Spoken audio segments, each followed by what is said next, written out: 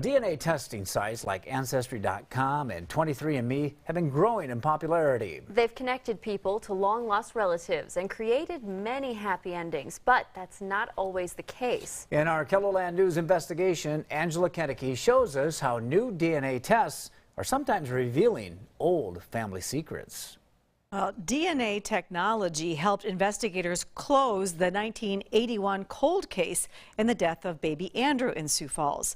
Police used the baby's DNA and genealogy websites to piece together branches of a family tree, eventually honing in on Teresa Bentos. DNA tests from a swab taken from inside her cheek showed she was most likely baby Andrew's mother. But that is far from the only case of DNA testing revealing secrets from the past. Usually. Joanna Salmon spent most of her life living a lie. I believe my grandparents were my parents. When Salmon was born 75 years ago, having a child out of wedlock was a disgrace.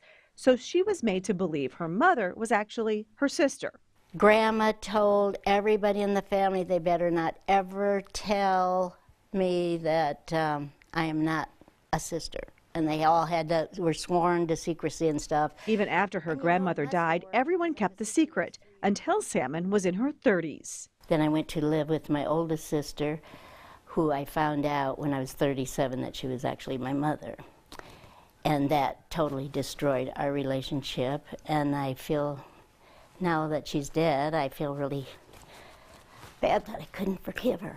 However, she was able to meet her real father, Harold Jacobson. And I knew immediately who he was by the eyes, because I had his eyes, and I just knew it was him. He accepted her, and she got to meet half-brothers and sisters she never knew she had. More recently, her daughter Michelle suggested they take DNA tests through an Ancestry website.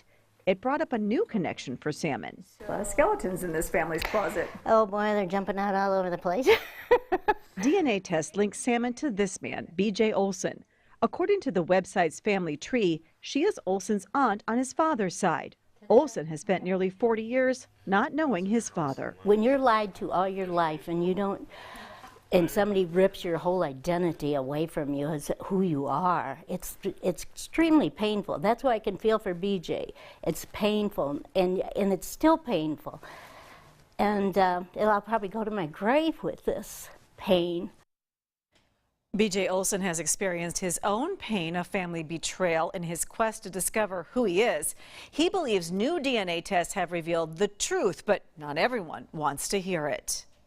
I feel more rejected now than I did before, knowing that I found all this information and I'm just trying to get to this one core source to find out who I am. And now instead of one person denying me, I have an entire family denying me. Now, why would the family of whom Olson believes is his father's deny him? Coming up on our KELOLAND News investigation, the tale of two possible fathers. We take on the odyssey of the last 40 years to determine Olson's father and why there were so many twists and turns along the way. Plus, the role modern DNA testing has played in all of it. That's tonight at 10.